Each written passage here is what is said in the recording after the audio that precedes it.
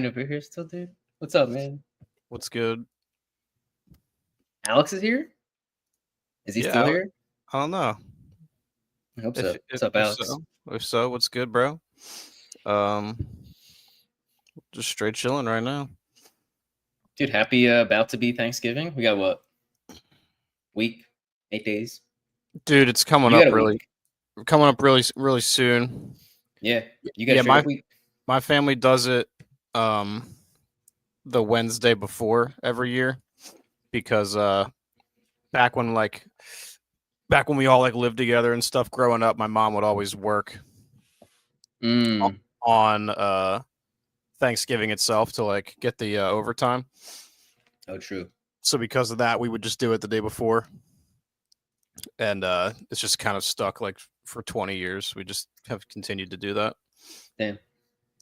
That's clutch. But And then on actual Thanksgiving, you're just chilling. essentially, yeah.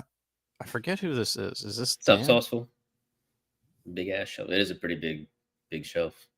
You can't even see it in this angle. Wow, It's dude, like it's over I there. actually have a shelf now. It actually it's 2 shelves. You do have a shelf. 2 dudes, 2 shelves isn't as not as cool. Well, I like to think of the shelf as like the channel itself. Right. So like It's a metaphorical shelf. so it's like we are the 2 dudes and the Mhm. shelf is where we congregate. I don't know. It don't just It's don't like think upon us. don't like technically I have like 4 shelves just for movies over here. Dude. So there's never been just one shelf. So that was always a lie. It's always so false. But we liked the naming convention because it was like, just Yeah. kind of quirky. You got that hot chocolate? Dude, I got a hot chocolate and I put a little French vanilla creamer in it.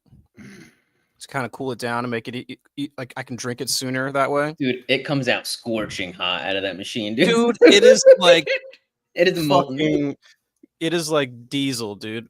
But dude, Wawa, I don't know if you know this. They used to have I'm sure you know this part. They used to have the little marshmallows that you could put in. Oh yeah. Like on the coffee island. Yeah. But they're gone now. Yeah. They don't even have them anymore. I don't think I ever used to. I know what you're talking about though. I used to love putting hella marshmallows in my hot chocolate because there's no limit to like how much I can put in there. That's probably what they got rid of it, dude. People were just coming in and just fucking maybe, dude. I mean, I would just fill it up to the tippy top, and but I put some cinnamon in there, so nice. Wawa needs that Blandini motherfucker back, dude. I don't know what that means. The milkshake machine. Oh, like the for real shit.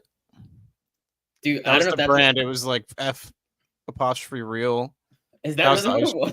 It was for real. Yeah, it was like, I'm pretty sure it was like the for real ice cream brand. Dude, for real milkshake.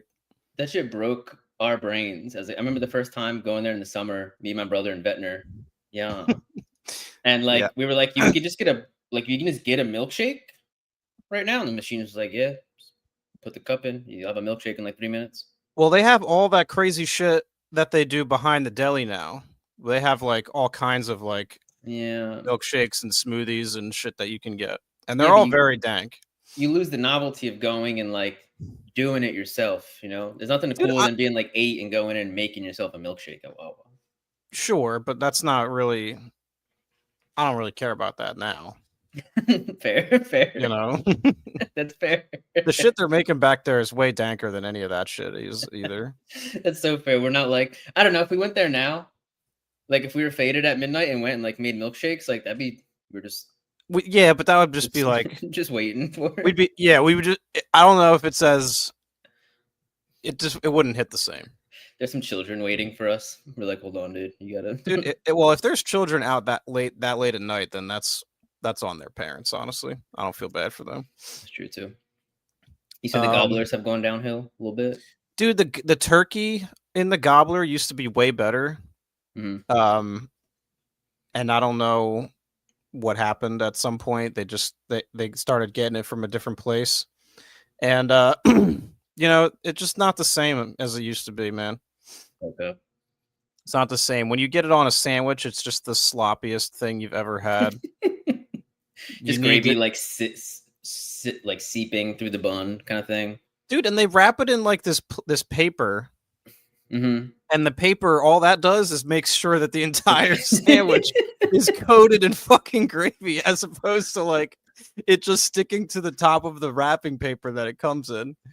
Oh my god. The paper is just stuck to the bun. Dude, it's just like a congealed layer of gravy on the sandwich. It's just outside just wet. Oh my god. That's great. I can picture it so yeah, dude. Dude, it is a fucking mess every time. And I'm just standing there like my hand, like I feel like Ricky Bobby with my hands because I can't touch anything. And then you have to then you got to finish eating it because you're like, I can't do anything else until I finish this. So I just want to get it done. Yeah. No, it's like a whole thing, man. Oh my god. If anyone doesn't know, who isn't from the East Coast, yeah. Wawa is a chain. You probably heard of it. Similar to like 7-Eleven, but better. And they have all kinds of like sandwiches and stuff that you can order. And around this time of year, they do this thing called the gobbler, which is like stuffing and mashed potatoes and turkey and gravy and cranberry sauce, like all on a sandwich. And you can get all of that stuff, or you can get none of that. Like you can customize it. You don't have to get all that. And it is just a fucking mess, dude. When you actually explain it, like when you itemize it like that, it sounds less appealing, but well, it's just a Thanksgiving sandwich, right? I mean, it's I guess we take it for granted because we've always, I can't remember a time where I didn't know what that was, you know? Right. But explaining it to someone like that, I mean, it's pretty smart because that's what most people do the day after Thanksgiving is they make a little sandwich. I just do a plate. I like to make a biscuit sandwich. All right, I like this. So I'll take like a leftover biscuit, which there might not be leftover biscuit. You might have to make more. Very true. But it's the perfect vessel for housing like a couple slabs of turkey, and like some cranberry sauce on there. You throw that in the microwave for like a minute. You're living good. Does it have the moist maker? I don't know what that is, Liana. Wawa? I think that's what she's asking. I'm very curious. Last time I checked, Wawa does not have a moist maker. This is the logo. I don't know if this rings any bells for you guys. That's the other thing. I always have to keep in mind that like some people don't know what Wawa is or have never been to one. It's unfortunate. Like you've been all over the country. How has that been for you? Like having to explain to people what Wawa is?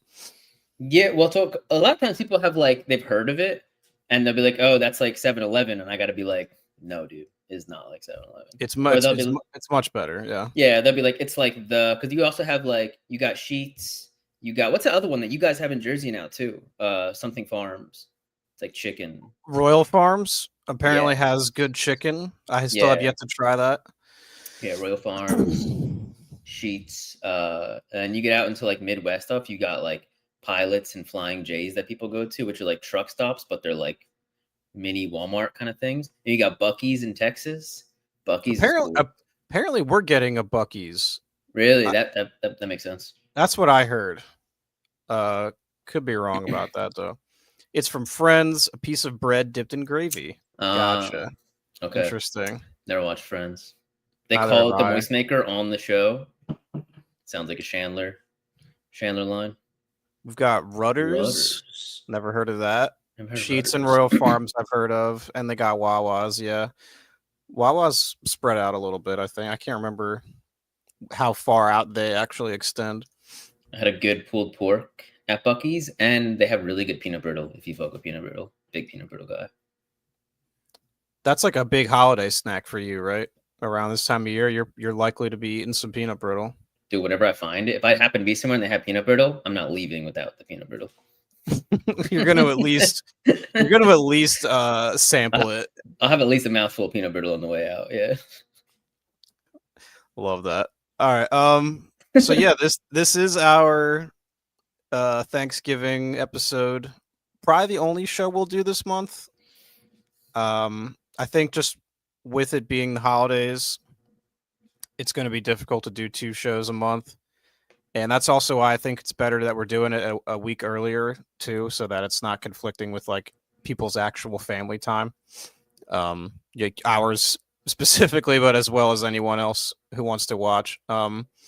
So, dude, I'm excited to talk about these movies tonight. We inadvertently kind of created. Initially, I thought for this it would be fun to just talk about planes, trains, and automobiles, but then we kind of accidentally added a couple other movies along the way. Yeah, we did. And that's part of what I have so much fun with these shows is like not only myself, but you as well. We watch a lot of movies that you haven't seen and some movies that I haven't seen, and you had not seen Planes, Trains, and Automobiles. So I think we should start off on a good note and not then go downhill from there. And then not and then maybe people won't be like quick to leave or anything. I want to get your first. Oh, hey, what's up? We got Eli. What's up? AKA my boy Cotton, and fucking Eric D in the building. Dude, thank you for the super chat, bro. Happy Thanksgiving, man. What's up, Eric? What's up, man? I'll be seeing you soon. Same. Eric and Eli talking to each other. Love that. Thank you so much, Eric. You're the fucking man, bro. So yeah. I am so happy. I'm so happy that you watched this movie because this has been this has been like a tradition for me every Thanksgiving or the day before. I will watch this movie. Let me check. I'm checking my letterbox here. Yeah, so for the past 4 years, I've watched this movie every 23rd. So Thanksgiving Eve. Yes. So very eager to hear what you thought of it, man. And what year is it? Was this the 80s? This was 87. Okay. So this is the John Hughes film starring Steve Martin and John Candy. Take it away. Dude, yeah, very super cozy movie. I had never seen it. I had heard the name before. Didn't know anything about it other than I figured there would be planes, trains, and or automobiles involved. There definitely are. Some combination of the three. Yeah. It's very the beginning, dude. The opening scene is really funny, where they're in the office and there's like they're in like a marketing office, and the guy's like looking at some poster, and there's just like really good timing of like him kind of starting to talk, and they're cutting amongst everybody. They all think he's about to start to say something. Dude, and like it's so easy, yeah, and it's so easy to do something like that and come off like cheesy, but like the timing of the editing was so fucking good that it was like it was very, very funny, and so it was off on a very good foot. It's cool that it's a bunch of other people like from a bunch of people that are in like Ferris Bueller, stuff like that. The like John Hughes, cinematic universe is in there. Steve Martin's coworker that he's talking to is like Ferris Bueller's dad. I'm pretty sure. I forget the name of that actor. Yeah. It's just like very cozy. Two dudes, one mission kind of movie. Dude, it's almost like a proto. It probably wasn't the first movie to do this, but it's like a proto. Jay and Silent Bob. White like Harold and Kumar, like it has that kind of DNA to it. Dumb and Dumber. Yeah, it has that kind of vibe going on. It's what they call a road movie or a road trip movie. But it's also got those. It's cool because it's John Hughes, and a lot of his films of that era were dealing with like teenagers. Pretty in Pink, Breakfast Club, St. Elmo's Fire. All those movies, Weird Science, I think was that's John Hughes as well. So this one felt a little bit more. It just felt it had a different sort of quality to it because it's dealing with adults and like family, their wives and their kids, yeah, stuff like that. So I really like that it stands out amongst his filmography for sure.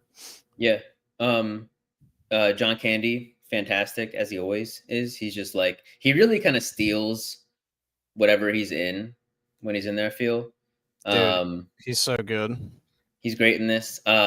Steve Martin has never really hit for me, just in general, and this did not really change that. He's also just like not a terribly likable character for most of this movie. He kind of plays the like, not just straight man, but the like John Candy's very like borderline a dick. Yeah, arguably a dick. Yeah, he kind of sucks. John Candy's trying to be like, yo, man, like it's cool, like we got this. I'm gonna help you out. I'm here. And Steve Martin's just like, I hear you, but like I don't really want that. And dude, yeah, they're inadvertent pals, and it's so funny the ways that John Candy is just like so overbearing and like just so annoying to Steve Martin, but like that's fair. He's very annoying. They walk a fine line with it too, to where it's nothing that is like overtly to where like so it would be societally acceptable for Steve Martin to be like, just tell him to go fuck himself, basically. Like it's all these tiny little things like that there, that kind of start to snowball, and until eventually they like are forced to be traveling together after kind of bumping into each other a few times. First in the cab, and then like at the is it the airport again where he sees him? He's sitting across from him, and he's like, "You stole my cab," and he was like, "Nah," and he's like, "Oh, I do know who you are, though." Yeah. People are talking. What's up? Acres of Movies. Hollow Notes is here. Hollow Notes, what's up? Only the Lonely. I don't think I've seen that movie. The car rental scene, one of the best in history, 100%. Dude, that was such a surprising. Dude, we can kind of jump around too. We don't have to kind of go chronologically. I'm assuming most people have seen the movie. Dude, most of this movie too could like you could have reordered the sequence in which things happened, and aside from the characters, like obviously having an arc that's sequential, like the scenes of what's actually happening could have been chopped around, but effectively the same. Yeah, it's ultimately a lot of just kind of vignettes of like shenanigans that they kind of get into. Yeah, no, the car rental scene took me by surprise because it's like a pretty mostly PG kind of vibe movie, and then Steve Martin gets to a point where he's just so pissed off that he goes, and they probably say fuck like 30 times within like within 90 seconds, and it's so good because you have the principal's assistant from Ferris Bueller. I don't know her name, but yeah, that girl. She has that kind of like she's and like she's great, and that vibe is great, and she's trying to like be nice, and then she gets to the end, and Steve Martin has said fuck to her like 30 times, and and then he proceeds to tell her that he lost his like ticket or whatever. Yeah. And she's like, oh, and he's like, what? And her whole demeanor changes, and she's just like, you're fucked. And I like, dude, it was so good. Line delivery, timing is great. Yeah, it's fucking hysterical. Cotton, you got to go do that, man. You got to log this bad boy. Dirty Rotten Scoundrels is a pretty funny movie. I like that one quite a bit. It's another Steve Martin movie. And it's like him and this other guy, and they're basically like con artists, and they're just kind of conning each other back and forth the whole movie. It's pretty funny.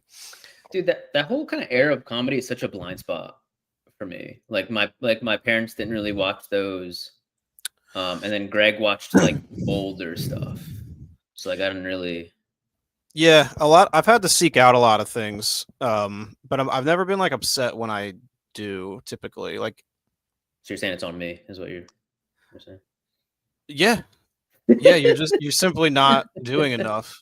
You need to be constantly exposing yourself to different kinds of movies. I mean, listen, 80s comedies are probably I think the best. Like that was the time when, people weren't afraid to like make jokes about certain things. Like nothing was really off limits. And maybe they haven't aged that great, just in terms of how our sensibilities are now. Sure. But that being said, there's still a lot of funny stuff to be found there. It's a good rating. I know you don't really use Letterboxd rating systems. How would you ultimately feel about this movie, by the way? Oh man, you're gonna make me put a rating on it. You can't give quarter points. I suppose I would allow that. Or I probably go 3.5. 3.5. Okay. Yeah, yeah. I do. I did really like the box. What's in the box? I did really like that element of it, where he had just like John Candy just has this chest that he's just Mhm. dragging around, and it Yeah. keeps like it's a really good visual. It's got lots of stickers on it, and it looks very very well traveled. Mhm. Um, and they do a really good job of like always having it very present. It's very like visible for a lot of the movie, but it's never like they don't address it at all. Um, It's like and then always there's some scenes where like it precedes John Candy himself, where he sees the fucking case and he's like, "Oh fuck, he's here, isn't he?" yeah, and that's how it like he at the very beginning when he's trying to run and get a cab, he's dude. Was that Kevin Oh, Bacon? Kevin Bacon, yeah. He's just in it for like 15 seconds. I was like, oh shit, I know Kevin Bacon was in this, and then he's just not. He is, but he isn't. He's trying to race Kevin Bacon down the street to get a cab, and he trips over this big trunk, and it was John Candy's. And so you see that before you ever even see his character, which is cool. Yeah, it's Yeah, almost like a fucking bad omen. yeah, yeah, and then like come to find out that he's actually homeless. And so that he kind of just like lives on the road. Like he's making money. He has like an actual job. He's clearly like an actual very good salesman, which they show a couple times, which was like cool. Yeah. So I like like he's that not was worked into the plot, not just like a thing no to describe him. yeah, and like so he's like he has money, but he's kind of just like seems like he kind of just like lives on the road and stuff and doesn't have like people. He doesn't have like a family. Yeah, I think he gets, his wife's dead, we find out. And it's never really it's implied kind of that his like he's trying to get back to his wife, but then they kind of show they will then imply that there's maybe not quite something it's not quite the way that he makes it out to be. So there's some kind of like sad kind of undertone there that they eventually Hmm. reveal to be the fact that he has nowhere to go. And Hmm. I love the way that this movie is very funny, but also is not afraid to get like pretty sentimental as well. Yeah, And that's John Hughes. it brings out like the curmudgeon in Steve Martin, and eventually like that whole scene, that whole speech in the hotel room that he gives him, and it's like, That I like me speech. dude, that speech is great, and it was first parodied in a fucking episode of Family Guy, and similar to something like fucking Citizen Kane. Like my first exposure to these references is fucking Family Guy, and then I watched the movie finally, and I'm like, oh, that's what they were referencing. Peter does the whole "I like me" speech to like Lois because, it's very fitting actually. and it's fucking yeah. Anyway, that's sort of a non sequitur. Fucking Family Guy. Yeah, but it's just crazy the way these fucking shows, like Family. I don't know. I think Family Guy obviously was not a show for kids, but there was obviously tons of kids who watched it. But Hmm. all the references were like to things that they would clearly have never have seen, Right. which was just funny the way that that's kind of still having these like ripple effects. Old Restless is in the house, by the way. What's good, man? What up, I Old love Restless? this. I love this scene too, where he's going through the bathroom and he's just horrified at all the fucking shit. He's like Dude, washing his fucking face with his drawers and shit, dude. dude, and like, because there is that too, where like John Candy's very like, he's not a great travel partner. Dude, he's Just, arguably he's a liability, dude. dude, he's like eating like mad chud in the bed. Uh, Yeah, he is. he's taking up just a lot of the bed. They're trying to sleep, and he's just like making mad noise. Yep. He's like a coffin or something for like mad long, isn't he? Yeah, and then that's what finally gets Steve Martin to like jump up and like he's gonna leave. And he's like, yo, I gotta like clear out my sinuses, or else like I can't sleep.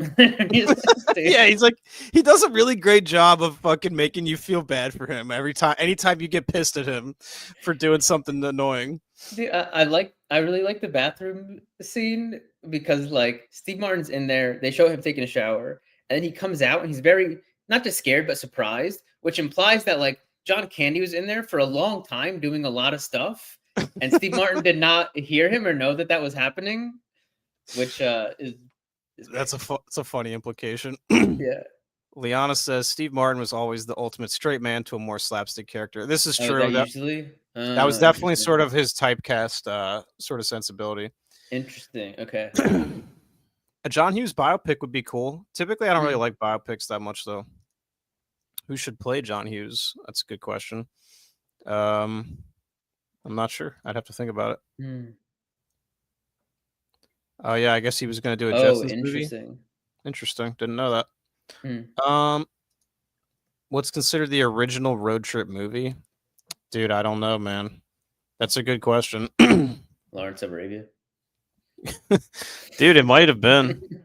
Who Like, where do you knows? want to go? He's like, That's definitely worth a. Buffalo. That's definitely worth a Google. Dude, yeah, it's the thing about this movie too is like it's considered to be like the Thanksgiving movie. Mm. Like there's really not many like anything really that would give it a run for its money. Yeah, why are there, and I'm sure we'll kind of talk about this throughout, but like, why are there so few Thanksgiving movies? Is it just not enough like stuff attached to Thanksgiving to like? Dude, so yeah, the thing about it, and it's actually quite fascinating, is that I find that most Thanksgiving movies are like attached to something like else. So like this is a Thanksgiving movie, but it's like a road trip movie as well, and it's about these it's about these characters trying to get home to Thanksgiving, right? So it's almost more like about the destination Mm. and like the end goal. Liana says Dutch is a good Thanksgiving movie. I have not seen that, but I've heard about it. So I can't comment on that one. But like, it's almost like there is like sort of there'll be like family movies, right? Which like I was gonna say that seems like a big thing too. yeah, it's like so the plot doesn't necessarily hinge on Thanksgiving itself, the holiday, because it's not really it's more of a vehicle because it's like, all right, well, what happens around Thanksgiving? Family gets together.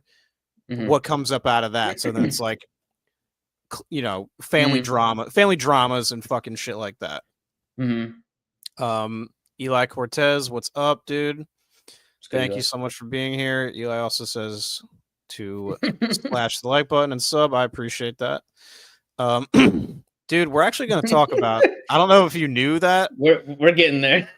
We got 3 Eli's in here right now. Is that what's going on here? This is crazy. He might have just changed his picture. What are you doing, Cop? That'd be crazy too. No, it's this is the same Eli as this. I just don't know why the picture is different. That's awesome. And then we got that's even funnier though. And then we got our boy Eli Cortez as well. Of course. So yeah, no, it's just cool. Like 2 years ago, Eli Roth's Thanksgiving came out, which is should I watch that? I didn't watch that.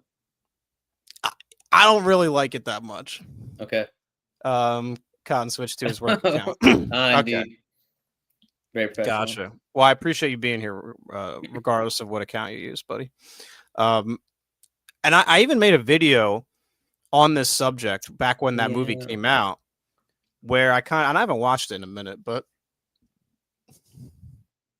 I was kind of comparing, excuse me. I was kind of comparing like Christmas horror and Thanksgiving horror. And I think it's an interesting conversation because like Christmas has this like holy feeling to it, right? Which I think kind of perfectly sets it up for like a perversion of the these like sacred things. There's like a children, like the birth of Christ. Yeah, exactly. Yeah. But even beyond that, there's like the children in peril kind of implication that comes with it, and furthermore, there's just a lot of like Christmas imagery that is like ripe for like for that perversion. Like I was saying, like Jack Frost, like Killer Snowman, Killer Santa is very popular like recurring motif, like down to things like icicles being used as a weapon. You Just know, winter more broadly. winter in general is like an antagonist. I talk about that in that snowy horror video that I did a while back. And how just like things that wouldn't be like situations that wouldn't be life threatening, like for those horror films, when you add that winter component, now it just kind of makes everything that much more of an issue because like if you stay outside long enough, you'll straight up just die. So it makes certain things like escape like a non-factor. And you know, I think there's just not really a lot of opportunity. Like you don't really have a lot of those same crossovers because what is Thanksgiving imagery? It's a fucking turkey. It's like a pilgrim dude, which is what they do in that Thanksgiving movie. And like it just looks dumb. Like I know Christmas horror movies can be stupid too, Sure. but there's just more better ones. So like Thanksgiving is like really just fighting an uphill battle as far as like justifying their own existence for me. I feel like Thanksgiving too is like sandwiched between like date wise sandwich right between Christmas and Halloween. Halloween already gets all of the like fall imagery and that stuff that Thanksgiving usually fall. You don't really have. I mean, you definitely can have snow on Thanksgiving, but usually you're kind of just in like late fall. Yeah. And early then Christmas. Winter. Yeah, and then when you think of like snow, Christmassy stuff, your Christmas, obviously. Yeah. You could do like not good. I was just gonna say it's just this weird middle ground between two very popular times to watch horror movies, at least for me. People who don't like horror movies watch horror movies in October, obviously. It's very ubiquitous. And then the real horror fans will watch a lot of Christmas horror. But then there's just that weird kind of middle ground. So it feels like we kind of we're trying to force that into being something that it's really not suited for, just because it really in our minds it kind of lines itself up perfectly for like this trifecta of like of 3 kind of consecutive months where it's it's like cool to have horror movies. I don't know. Maybe I'm reading too much into it. There is maybe a potential, and I'm sure this exists in some capacity, but potential for like leaning into some of the like, I mean, so much of Thanksgiving's fabricated, right? But to the extent that there is like lore around like Native Americans, early European settlers coming here, that whole thing, like a lot of horrific shit happened then, and like you could do something with that, but it's a little dicey, and also like not there. Like it's just kind of complicated still. There are movies that have gone into that. There's a movie called Pilgrim from 2019 that kind of tackles things like that, but it's like you're going so far back at that point and having to do so much legwork to it almost feels like it's the Thanksgivingness of it. Well, yeah, and it would probably be better suited as like a fucking just actual film at that point, just about those things. Which I don't even know if that's a thing. So like, I don't know. I just never have found it to be, you know, that interesting. There's a movie called Blood Rage too, that I've mentioned to you in the past, and it's an 80s slasher movie, and it's set on Thanksgiving, and it's fucking awful. It's really bad. Oh no. But it's like, because it's a Thanksgiving horror film from the 80s, which people love 80s slashers, it's a movie that gets shared. Like I'm guaranteed that to see it on my Instagram feed come Thanksgiving time, everyone will be sharing their copies of Blood Rage. Because there's like these famous lines in it where it's like, he's like, he kills someone with a fucking machete, and he's like, "That's not cranberry sauce." Dude. That is definitely not. And it's just like it's really fucking stupid. And but it's like, because it's the only one, it's like people will, you know, people share. It's like Black Christmas with Chris, which is a far better film, like a masterpiece of a movie.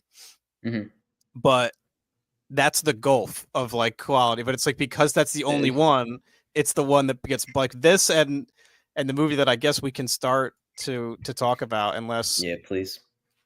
Unless you have any feelings on Planes, Trains, and Automobiles that we didn't get into.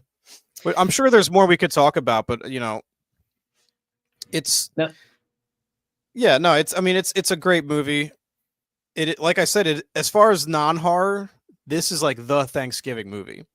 And I don't even know what would even be considered like a second, like a runner-up, really. Yeah, I was gonna say not even just horror, but like there's not many Thanksgiving films in general. I think of oh no, maybe that's Christmas. No, Thanksgiving. I think of I want to say Forrest Gump always runs on Thanksgiving. I feel like some channel plays it. Maybe that is Christmas. Just like I can remember being I remember watching Forrest Gump for the first time and being a little kid and being at my grandmom's house where we used to do Thanksgiving and Christmas there. And I watched it for the first time. I was like the age that they are when they're kids, and it like really, really hit for me. It was a very, very formative experience. That might have been that's Christmas, awesome. That might have been Christmas. That was probably so cozy, dude. It was sick, yeah. Dude, you know what's funny about Harry Potter is I feel like Harry Potter can be played during Halloween, fucking November, like Thanksgiving and Christmas. Like it's somehow fucking put it on. It's somehow appropriate for all of those holidays. Old Restless Legs, Blood Rage. Yeah, listen, it's not like on the level of like some of the more higher tier slasher films, but it's dumb fun. Like you probably would have had more fun watching this than the movie we're about to talk about, maybe. I don't know. I had fun with Blood Rage actually feels more like a movie than the other movie is. Addams Family Values. This is another one that gets brought up a lot. I have not seen it.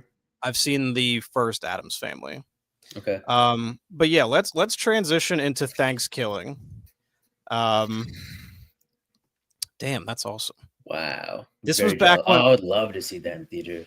This is back when I'm assuming like in an initial run, like movies like Forrest Gump would make like $300 million at the box office. I'm going to Google that. What did Forrest Gump make? Well, I would love to see Forrest Gump in theaters. At the box office. 678 million. 330 million domestic. See, like I don't think a movie like Forrest Gump is putting up like those are like Marvel. That's like Avengers Endgame numbers, dude. They were just fucking. That's insane. That's a whole other conversation, but yeah, dude, Cotton, have you actually seen Thanksgiving? Let me. I don't know. He seems like it. I didn't know. I didn't think he had. Dude, that's fucking funny. This is one of this is one of those like it's even weird to even talk about. Like I want to say it's like the dumbest movie I've ever watched, which like it is. Yes. All right, he's goated. He's valid for that. That's so fucking funny. One of the dumbest movies I've ever seen, right? Yeah, for sure. But it is so aware that it's very dumb that it's like countering me, where it's like you can't say that I'm fucking dumb because I know that I am and I'm play into it, and I'm like, nah. Dude, right? Like it's clearly not trying to be a good movie. Not even a little bit, dude. And it's like you have to grade something like this on a curve because of that.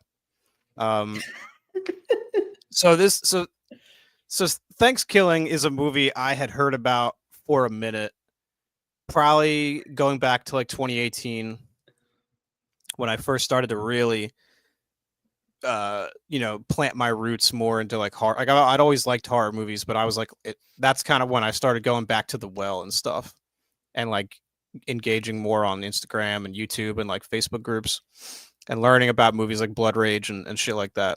This is where all this goes back to for me.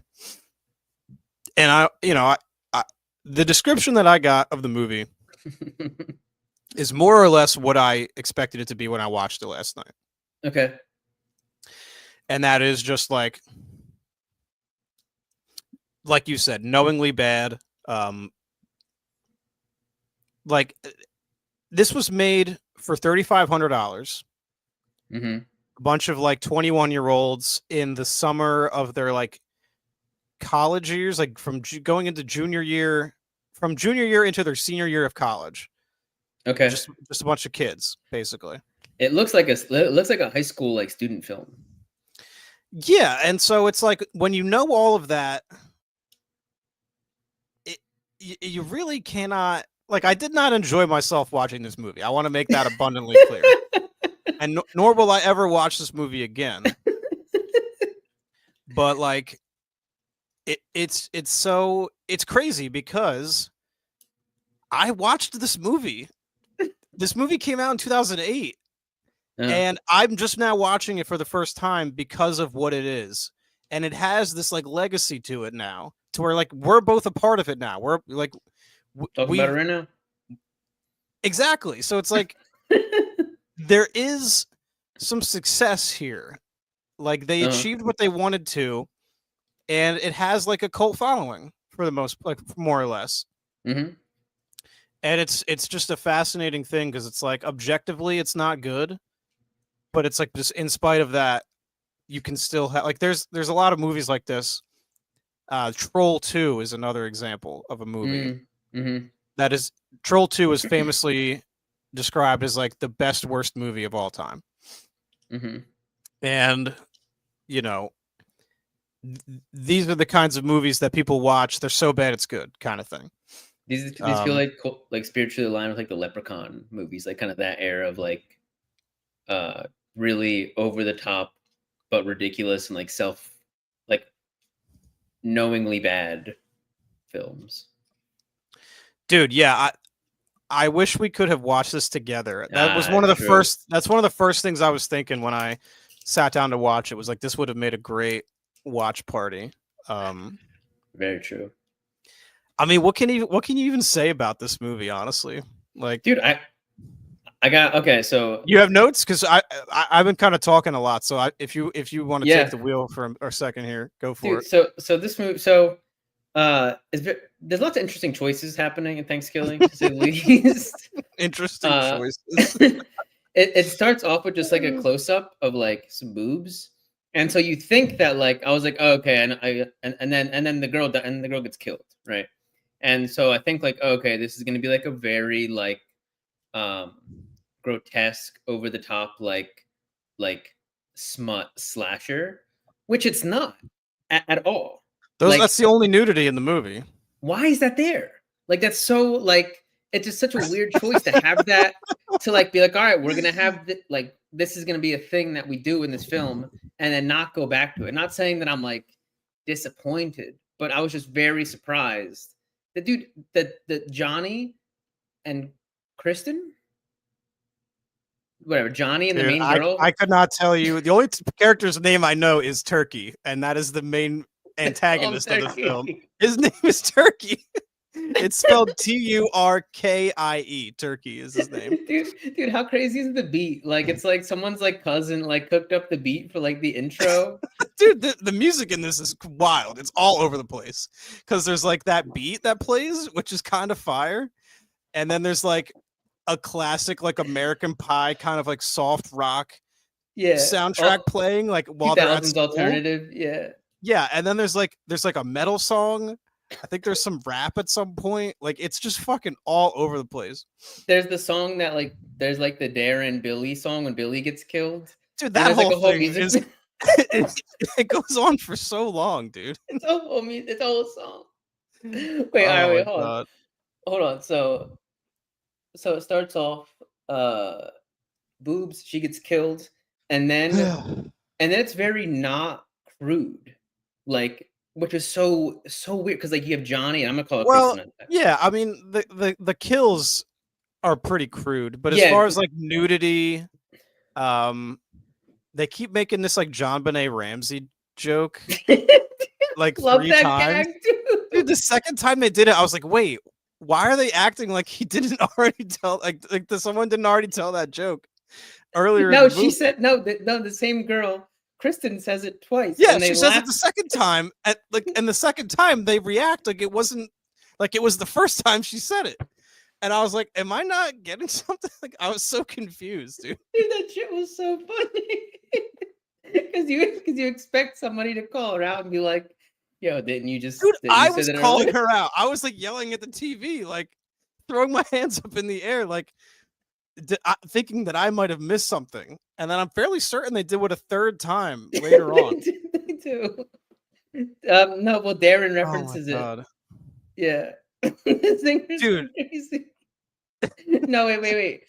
So let me. So you got the boobs at the beginning, Yeah, and yeah. then Johnny and Kristen have this gag where they kind of almost kiss a few times, and then when they finally do, it happens off screen, and you like hear them, so you never see them kiss, and like it just really like rattles my brain that this movie, like I don't know why, like the movie started off and they're like, all right, we're gonna put boobs in the film, and then at some point they were like, but nobody kiss, and I just like I don't understand the.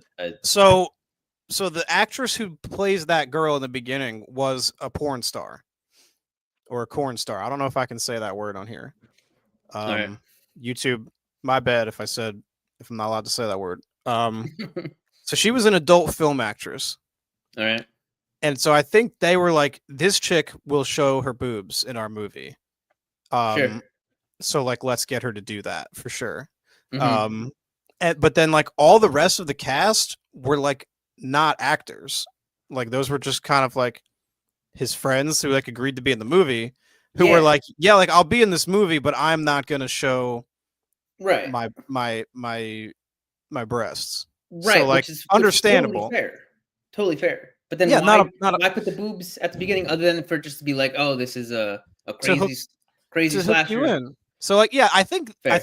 So when they wrote this, the guy who wrote this, I think he was trying to channel that sort of horror movie. Like it's very much structured to kind of be like this classic slasher with like the jock, the dumb broad, the final girl, dude, the nerd.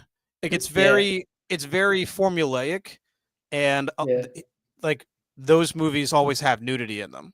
So I think that the idea there was just like, let's have the nudity up front, almost ridiculously so. The way that the first shot is literally like, that feels like a conscious decision to do that. Dude, And there's like, no need for her to be dressed like that. Like she was like, whatever. Dude, I'm with you, man. I'm just trying to parse this out from the mindset of the dude bro in 2008 who made this movie. Which, by the way, go ahead. No, I was gonna say it's possible that he also like more of it was in the script, and then it just became like an actual like production limitation where he was like, all right, well, I can't get people in the film to do this, so like let me just find some way to get some boobs in this at the beginning, and then I'll just cut the rest of it out. Yeah, no, 100%, dude. So this guy he's actually had kind of a career. I love that. Did you know that there's a sequel to this?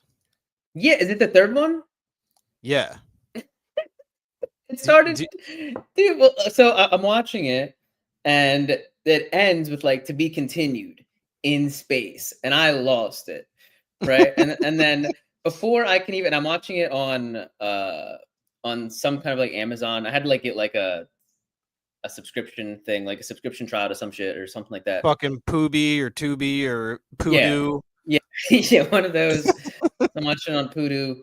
And then before I can even get up to like turn it off, you know how Amazon and stuff is, it's like, all right, well, I'm just gonna play another movie. As if, which is aside, insane, right? I get the autoplay from a TV episode to TV episode, but to think that you're gonna hook me into sitting for another 2 hours, like who? Anyway, whatever. I fully agree. Although, when we were doing our thriller show, I finished Panic Room, and it was like, hey, do you want to watch the Parallax View? Because this is another thriller. And I legitimately sat there and watched the first hour of Parallax View. So wow.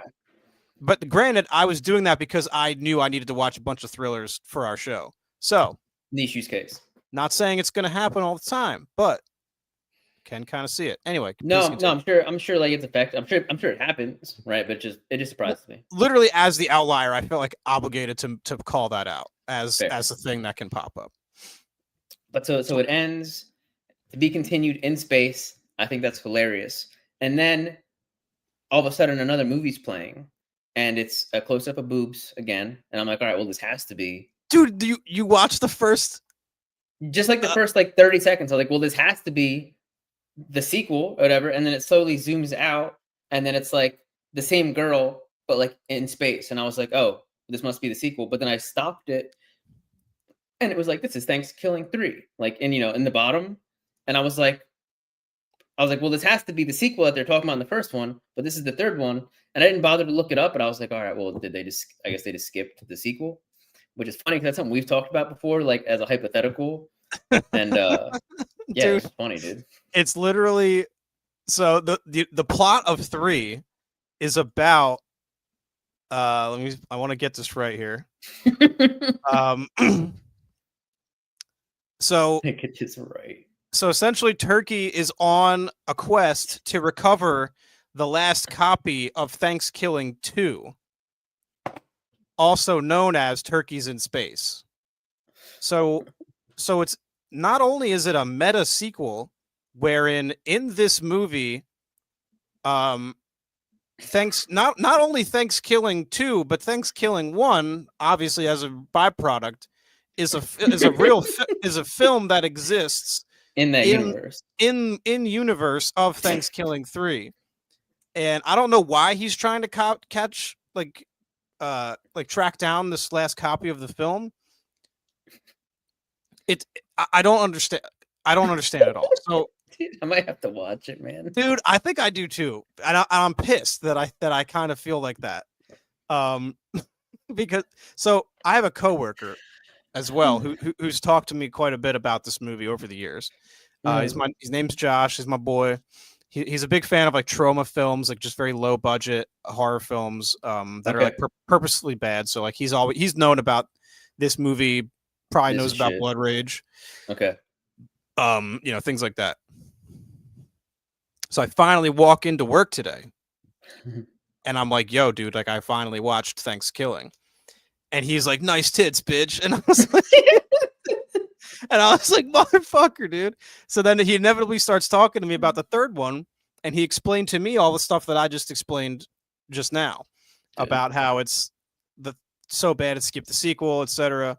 And, hats off for an interesting premise, at least. Yeah. Yeah.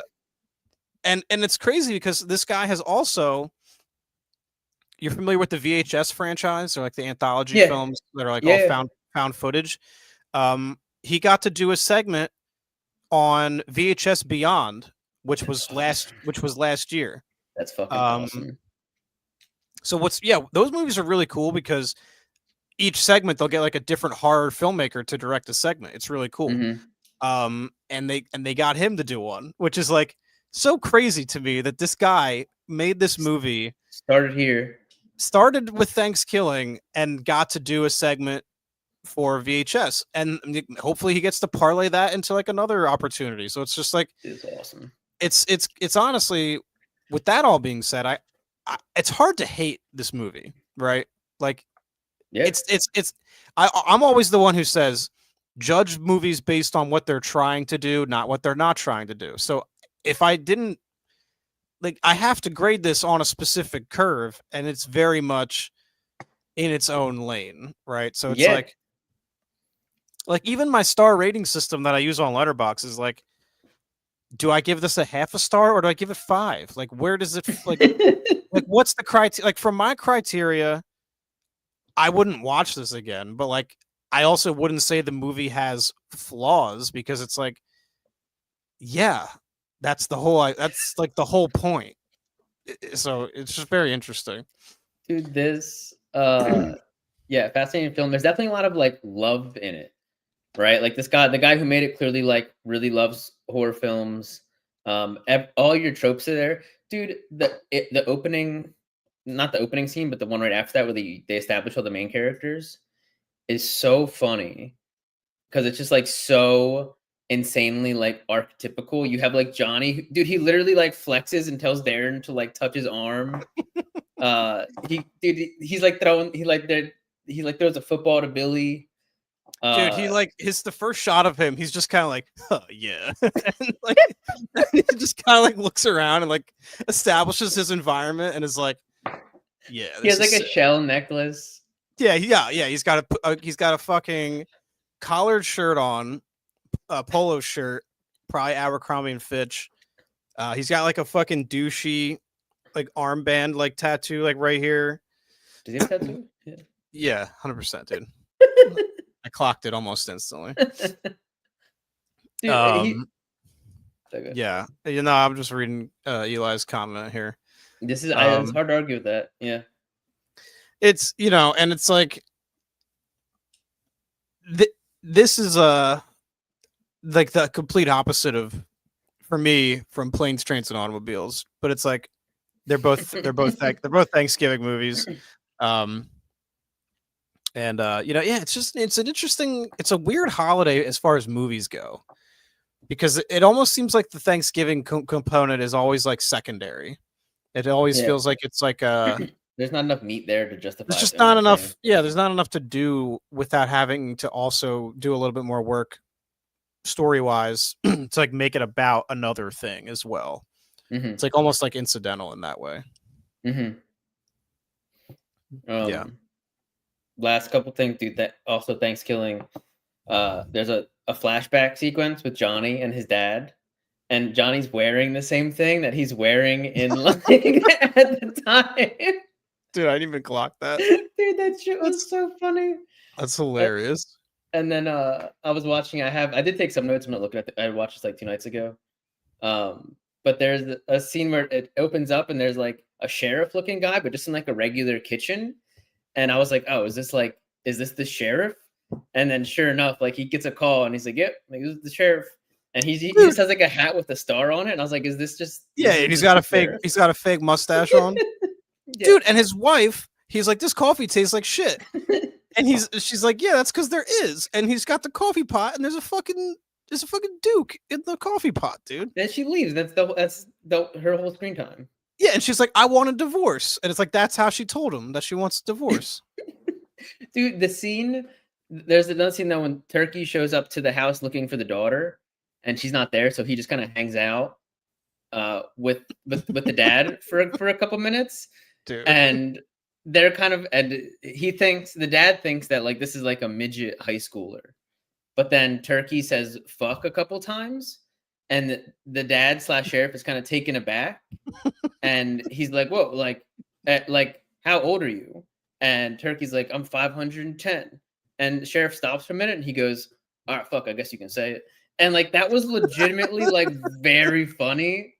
And God, that scene was just like legitimately very funny, dude. And then not only that, but I love when all the kids show up at that house later on,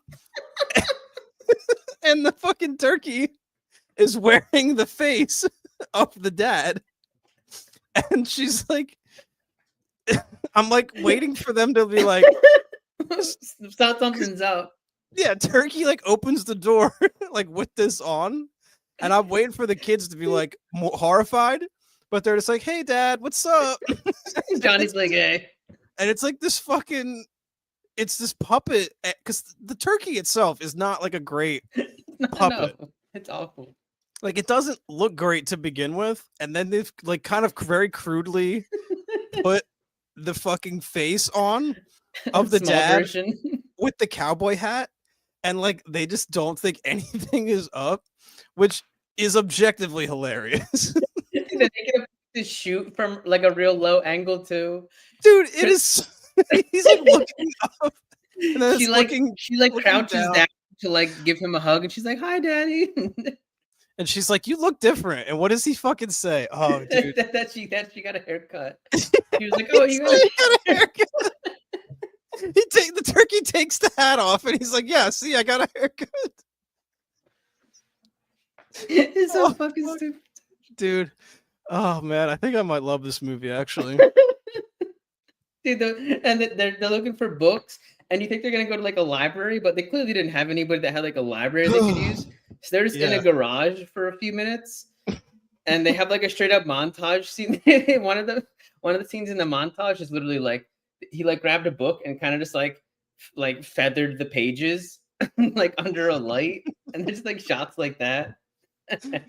Dude, it is. Billy's learning how to read and eating French fries. It's so fucking stupid. Oh my god, what else is there to talk about? Like I hated that they killed the dog. That bummed me out. I knew that was coming though. Yeah, thankfully it wasn't really shown. Yeah. With any level of detail. You knew that was coming though. Yeah. Oh man. Cotton says this is hilarious. It's been like 11 years since I've seen this movie, so you guys are unlocking some core memories here. Cotton, you still got a week. Dude, yeah, squeeze it in, man. It's 66 minutes. Dude, it feels long though. It was a long hour, dude. I watched it on Tubi, so I had ads. Oh no. Which sucked. But that's rough. Yeah. I was not paying any amount of money to watch this movie. But I'm glad that we did, man. Oh, it was fun. I'm glad we did. And so we can kind of switch into the last movie of the night. It's also hilarious. This kind of like fell into our lap. So to preface this, I was just visiting Tyler up in New York like a week and a half ago at this point. Mm-hmm. And we're hanging out one night. We had just gotten back from like being out in the city, and we're like, I forget, you were like scrolling through Amazon or something. I don't know how we even landed on this. I think one of us might have like read the plot or the title or something. I think I just saw it and you were like, put it on. Dude, yeah. And I was just like, let's just watch it and see. So Tyler and I Tyler and I watched The Great Turkey Town Miracle, which is one of those like religious movies that you are aware exist but have never actually sat down and watched. At least that's kind of what how I'm associating with it. And you got to figure there's like hundreds of these things, dude. Like a dozen or more made every year that are just like appealing to the lowest common denominator. No offense to anyone out there who's like, I really doubt anyone watching this is like genuinely into movies like this, but they're like kind of like Hallmarky movies. Mm-hmm. No famous actors in them, pretty low budget, very formulaic. This is like the worst version of that. Like this is like probably a step below a Hallmark movie. This barely feels like a real movie. It's I don't even so basically we're probably going to lose some people here, which is like totally fine. But real quick before you go into a synopsis and stuff, I will just say that I haven't laughed this hard throughout a film in a while, and it's true. Like Eli just said, like us watching this together was the move. Watching this by yourself, not the move. But watching it just to like talk shit on it and laugh was a fantastic experience. Truly. It was such a great night. We were eviscerating this movie, and it was so funny. Every single scene was hilarious. Yeah, look, it's gonna be probably not as funny for you guys as it will be for us to break this thing down. Hopefully you enjoy it. I don't know. So basically, right, the plot of this movie is that there is this radio DJ guy, and he is getting fired from his job, and his wife has died of cancer, which like hilarious right there. No, it's not, but the way the movie deals with it is objectively so bad. It's objectively hilarious. So he's a single dad. He's having to care for his two daughters, and so he gets fired from his radio DJ job, and he is like, I don't even know where to begin, dude. And his friend is also very sick. You don't know exactly what, but his friend is like apparently terminally ill. He's got this friend who's like got cancer, I'm pretty sure.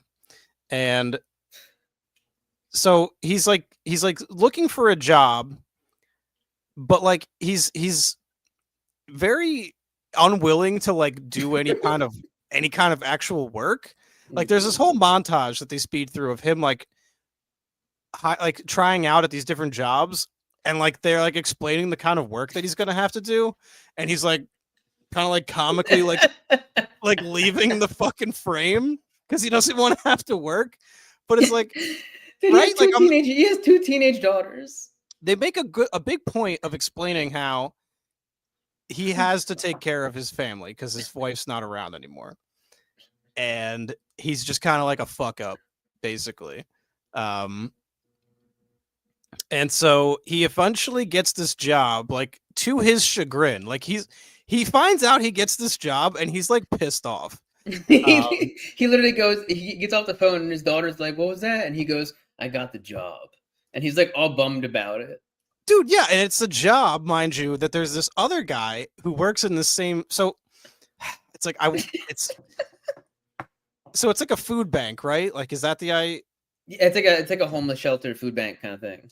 Right. So he gets a job there as the procurement director, which is such a made up thing. But so he has to.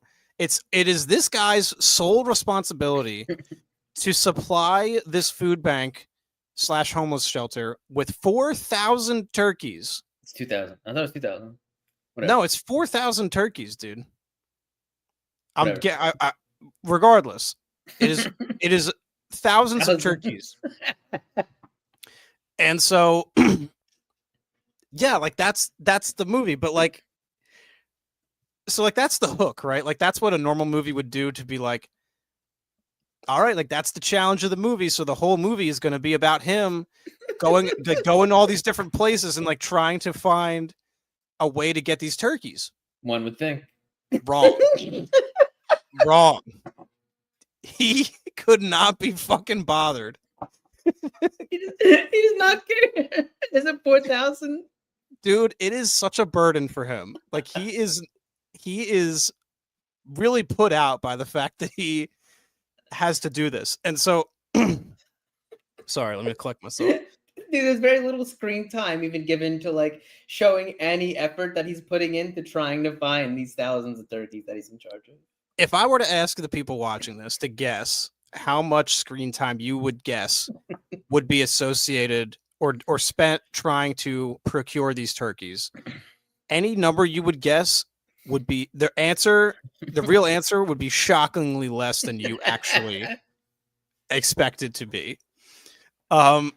So he gets this job, and you know how in like Billy Madison, there's like the dickhead guy who's like trying to take over the company. Perfect. From Billy Madison. It's like that archetype of character. There's this other guy who works at this food bank, and he really wants this job. He's been there for 5 years, dude. 5 years. He really wants this job that our guy, this radio DJ guy, just kind of walked in off the street and got with like 0 qualifications, which is like, I don't even know, like, why did they even hire him? It's not really. Dude, the other guy seems so qualified too. He's very qualified. And so, but there are a lot of scenes in this movie where it's like an office meeting room where there's this old guy who's like the CEO of this fucking food bank, I guess. So he's like the one who's running everything. There's our radio DJ guy. There's the dickhead coworker guy who's like gunning for his job. There's this kind of attractive lady who our main character eventually throughout the course of the movie hooks up with. And then there's this other guy who's kind of like a comic relief who like kind of helps out a little bit here and there. Dude, he's kind of like, to keep with the Billy Madison analogy, he's kind of like Carl, who for whatever reason, he's like, nah, I kind of like this guy, and like I want to see him succeed for whatever reason. It's like that kind of setup. So those are all our characters who are in these frequent office settings. And it is just, it makes you wonder about how the division of labor is set up at this place, because the division of labor. So he's the procurement director. He's the one who's in charge of getting the 4,000 turkeys. As far as what everyone else's job, all these characters that I just went through with you guys, what their job is, it's not like there is no. So it's just the whole time you're watching the movie, every time it cuts to one of these like debriefing meetings, everyone's asking our DJ guy, like, what's the status on these turkeys, bro? And he's usually zoned out. He's like not paying attention. He's like looking out the window. He's got like he comes up with one plan early on in the movie where he's gonna like reach out to some of his radio DJ connections, I think, and like put feelers out that way. And like we never see that like paid off. Like that's never revisited. It doesn't materialize. That never comes back up again. So it's just it's such a bizarre movie because here you just kind of pick up where I left off there, and then we can kind of run through this thing because there's a lot we need to talk about. Yeah. All right. So all that stuff is going on, and then you also have his friend who is dying from some illness, right?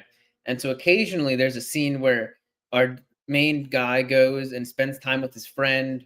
Whether that's they're taking a walk in the beginning and then they're sitting on like a park bench. Everything is shot like a pharmaceutical commercial, like a yeah, right, like a commercial for some kind of pills. And so this guy's going through. He's trying to get these turkeys, and then he occasionally goes and hangs out with his friend. And his friend is like, dude, like it's not looking good, not doing that good, kind of scared. And then our guy's like, yeah, dude, like I my work is just not good. And like it's so confusing. Like the like you would like you could the movie's presenting both of these things as like being of equal importance. Yeah, and you would think that like the message would be for the guy to be like, damn, like you know what, like my best friend is dying and like he has it way worse than me, so like I should just fucking lock in and like get these turkeys and just like kind of like I have the opportunity to live and do stuff and help people, so I should do that, which is what you would think the message that they would try. It's the natural progression of where you would think it would be going. Dude, they don't, not at all. And then there's a few, it's baffling because there's a few times where they bring up the friend who's dying again, and every time they bring it up, everybody's surprised. Like the main character is like, what?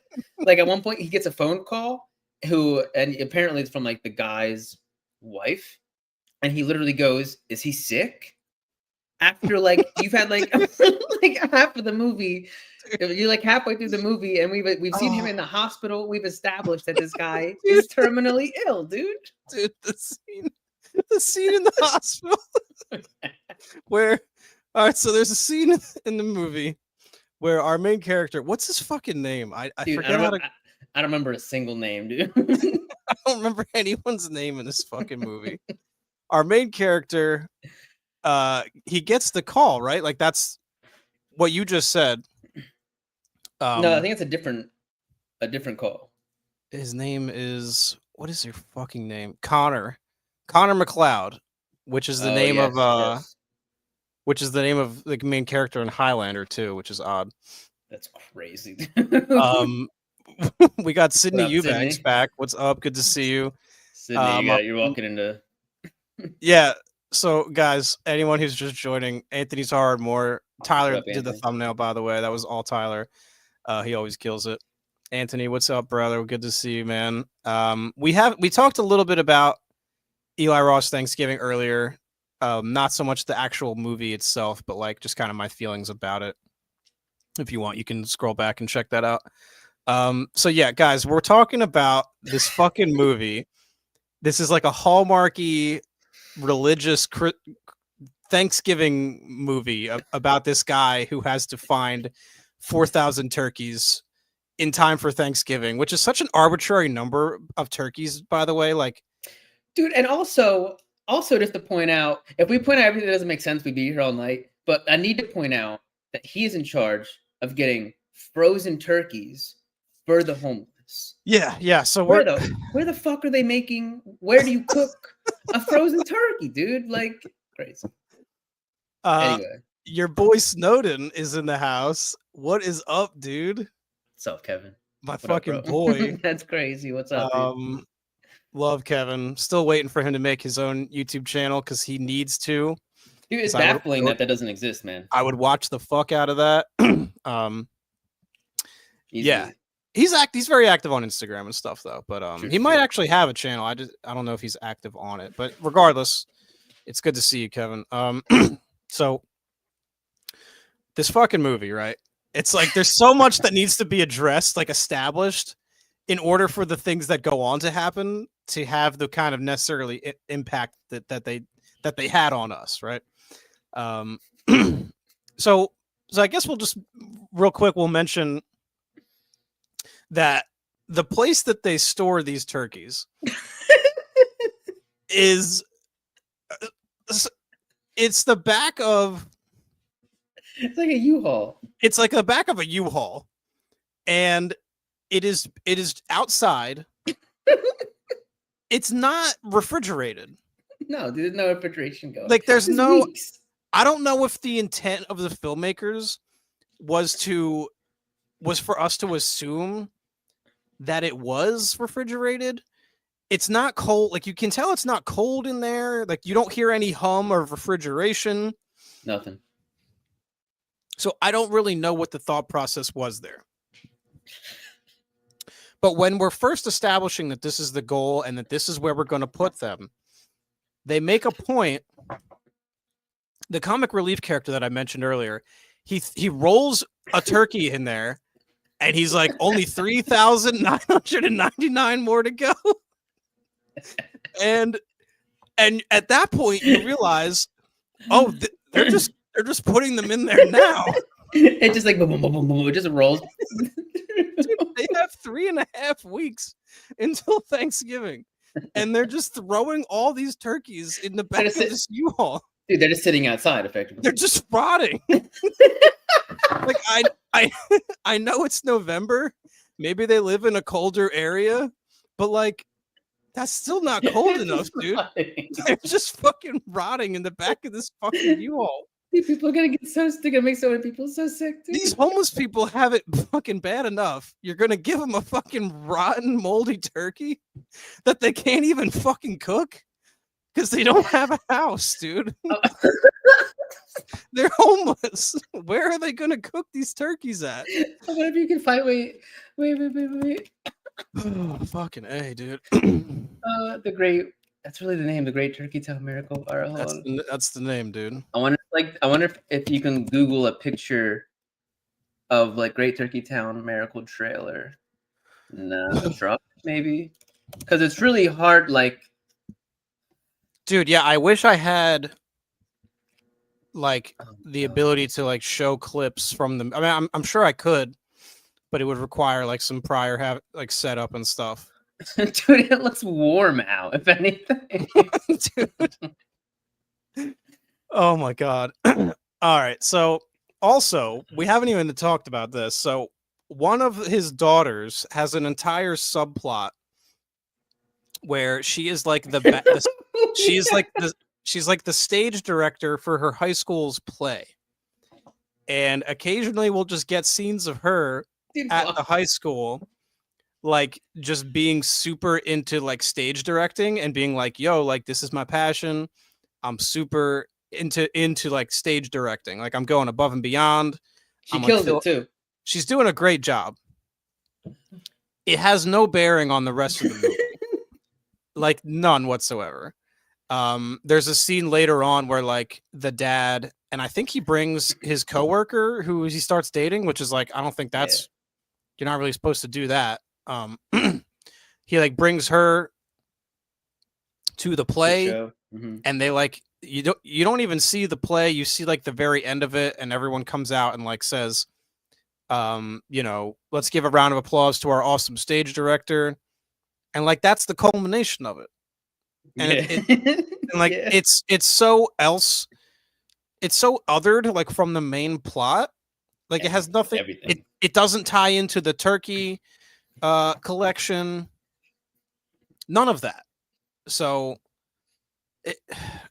which is really like kind of the whole film felt like that, where there's just like stuff is just kind of happening, and like plot be damned. Like there's nothing, like nothing is pushing the important stuff forward at all.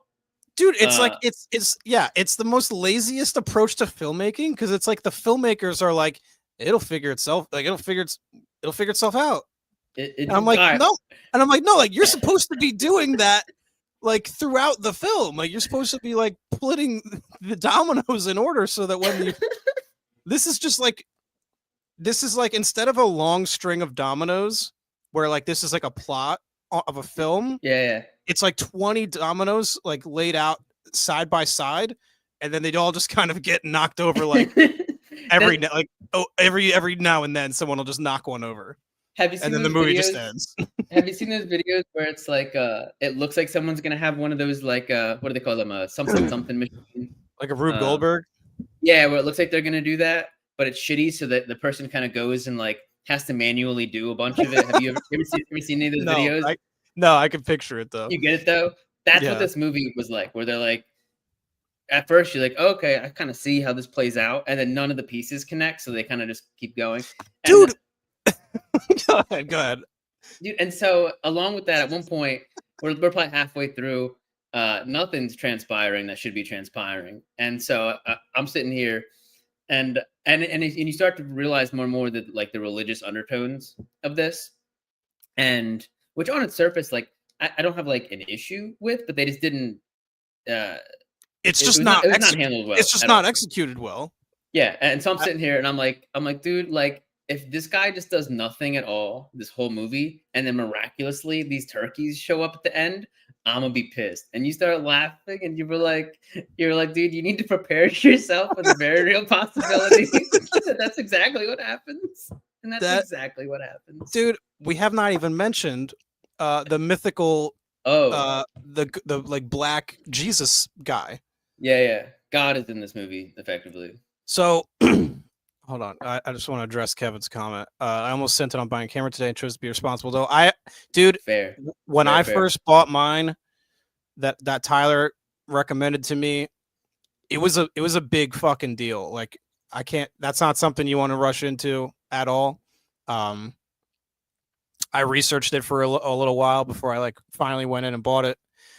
And then when I came out of there, I was like, damn, like I need to start making videos now, because I bought, you know what I mean? So it's like it's this whole it comes with all this like weight, you know.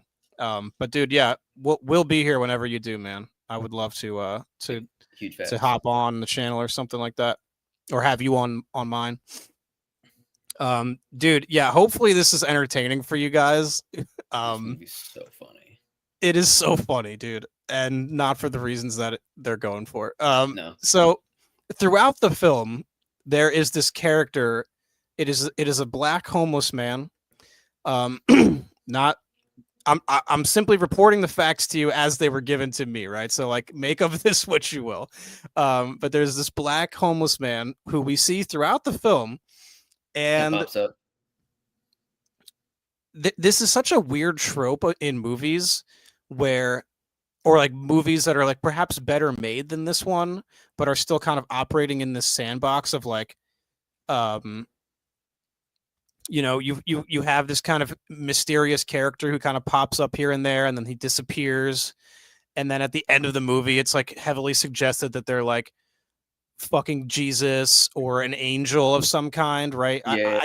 I can't think of any examples, but I know that this is a thing. Mm-hmm. So like when you see it here, you're like, okay, that's what you're doing. But even this is handled so poorly to where like he doesn't, like, what does he even do? He's just kind of there. Well, when you first meet him, he's like there. He like starts talking to Connor and says like this prayer, but the way that and the prayer starts off with like, I am your God. And the way that he says it, he's just casually talking, and then he like locks in and like says this prayer to him, and it's as if like he's actually saying like, I am your God, and gives him this whole prayer. And then Connor's just like, damn, like that was weird. Dude, and there's that whole scene where Connor goes into, I don't know, you know what? I don't want to get sidetracked. The traffic thing? No, that was weird too. No, oh my God, there's a separate thing that you want to talk about? Dude, there's a scene where he first goes, he's trying to find out where to go to interview at the at Oh the. my god, I forgot about this, dude. He's Dude, trying to there's figure so much that happens in this fucking movie. All right, go ahead, please. he's trying to figure out where to go to interview at this homeless shelter, and walks into like a straight up Christmas party going on, like full on Yeah. Christmas party, and he's Which like, was "Damn, odd because it's not even December yet. no," and he said, and he makes that comment where he's like, "Damn, like this is kind of crazy. Y'all are doing Christmas already?" And they're like, "Yeah." She said something effective like, "Yeah, like we're always doing Christmas," and he's like, "That's nuts." And he takes like an ornament, or she gives him like an ornament off a tree. And then he leaves and he's like, "Yo, I'm trying to find out how to like, I need to find the office. I'm trying to get a job." And she was like, "Oh, you got to go out and go here." And he's like, "All right, cool, thanks." He leaves and then he's like, "Oh, wait," and tries to go back in. And when he walks inside, it's just like an empty hall. And he's just like, "Whoa, like that was fucking weird." Dude, yeah. So, like, if that were to happen in a normal movie, That rattle you up, dude. you would have a lingering response to this. This would not just be a thing Yeah. that you kind of like, well, that was crazy. And then you just kind of, but that's this guy's approach to everything. Even when the turkeys miraculously appear at the end of the film, because that's what the black homeless guy does. God fucking damn it. This shit is so fucking stupid. Wait, even before we get there. So Yeah, it's the night, I'm not even going to approach that yet. dude, it's the night before Thanksgiving. They're in front of the U-Haul. There's like a couple hundred turkeys. I think there's like 300 something turkeys in it, right? It's all him and his coworkers, and everyone is like, "Well, guess you didn't do it." And it's like, why couldn't everyone have worked on this together?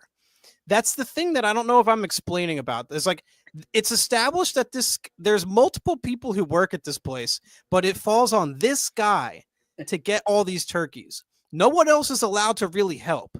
There's the one comic relief guy who kind of helps a little bit, but everyone else is like, they make it a point to express to you, they do not, bro. This is all you, bro. Like, you got this. Mind you, they just hired him. And the entire time that this is happening, there's the dickhead character that we talked about, who's really not even a dick, honestly. He's the most realistic character, dude. He has a vested interest. He wants this job. And the guy who runs this place is like, no, because he's clearly fucking up the thing. He's clearly failing in his mission. And the guy is pointing this out. He's like, dude, give me the job. I will do a better job of acquiring these turkeys. And the guy says no. He says, no, we don't want you to actually try. We want to see how it plays out with this guy. He's like, I'm trying to gamble on like thousands of people having a good Thanksgiving or these not. families are relying on. So it's like this guy is actively standing in the way of this guy who wants to do a better job. I'm sorry, I didn't want to distract from what you were about to say, but it felt very important to point that out. Dude, so please take it from there. All that is going on. All that is going on. Our boy Connor makes virtually zero progress. He does not even put a dent in it.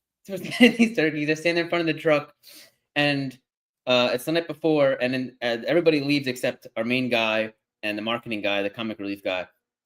And they're about to leave, and the marketing guy's like, "Yo, man, you should pray on him. We should pray for it." And Connor's like, "Dude, like, I don't want to do that." Which has been his response to pretty much everything that comes his way in this film.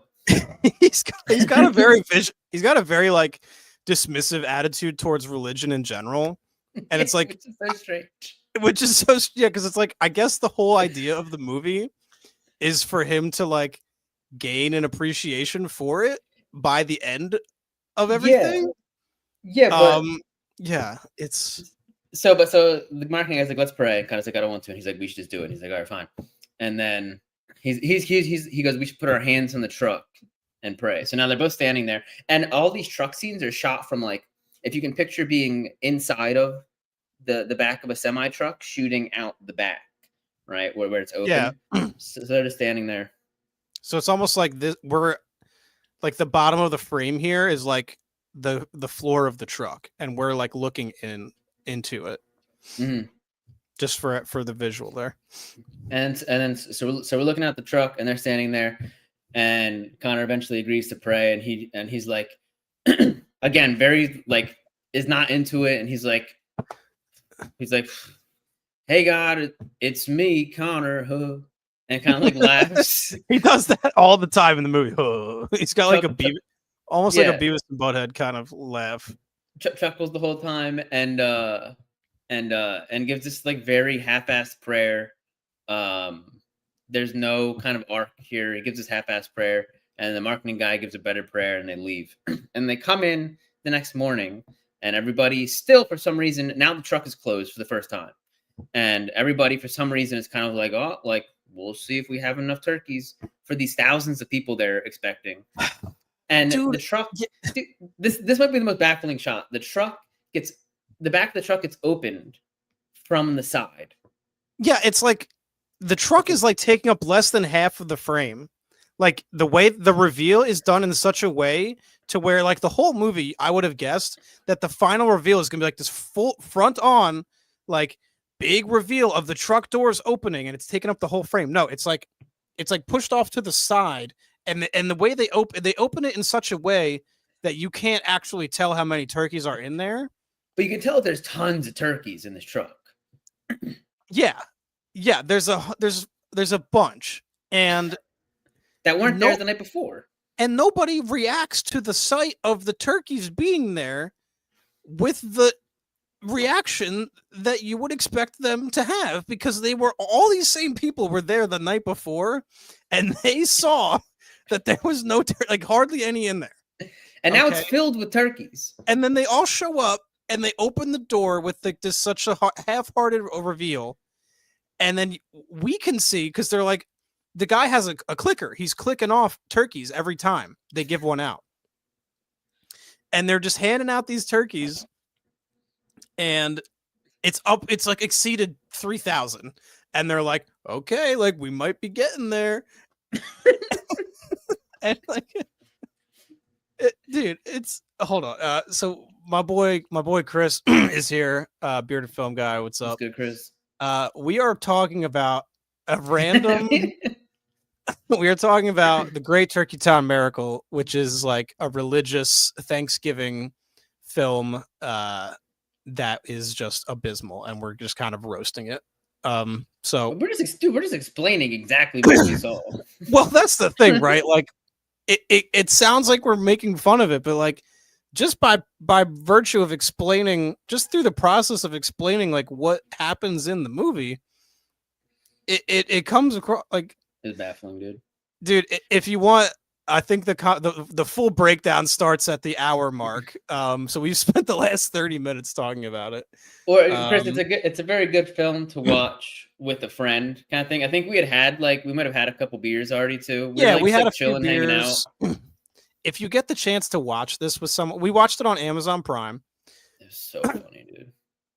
Like, watch this movie with like a friend, and just, I wouldn't feel bad about making fun of it, honestly, genuinely, because that's the level of care that they went into the movie with.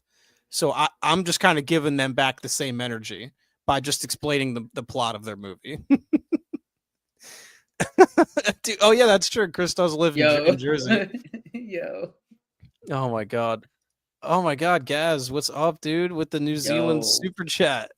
What's good, Gaz? My god, thank you so much for being here, dude. Does a scary movie hold up for you? I love the first 3 scary movies. Yes, those are all fantastic for me. And they've announced Scary Movie 6. And they've announced that like everyone's coming back, even Chris Elliott with the little hand. Dude. That, I don't know if it's just my job, but that little hand thing gets quoted all the time at work. Take the strong hand. I just feel like he's such a ubiquitous. I've used that word a lot. He's that character is like beloved now. That whole exchange that he has with David Cross's character in the wheelchair, he's like, "Let me give you a hand. How about a standing ovation?" They're just kind of going back and forth. It's so fucking funny. So I'm excited to see I assume they're going to have some kind of reunion of all of those characters. So I'm sure it's gonna be ridiculous. I'm excited for Scary Movie. It's the Wayans are back for the first time since 3, I think. So yeah, not only does it hold up, but I'm actively kind of excited for Scary Movie 6. There's a lot that they can parody too that's happened in horror the last fucking decade, honestly. Is that how long it's been? When did 5 come out? I couldn't even tell you. I haven't seen 4 or 5. Me neither. 3 I watched a lot. Scary Movie 5 was 2013. That shit had like Mac Miller and Snoop Dogg in it. Mac Miller was in it? Really? Yeah. Whoa. Crazy, Rip. right? Big rip. Damn.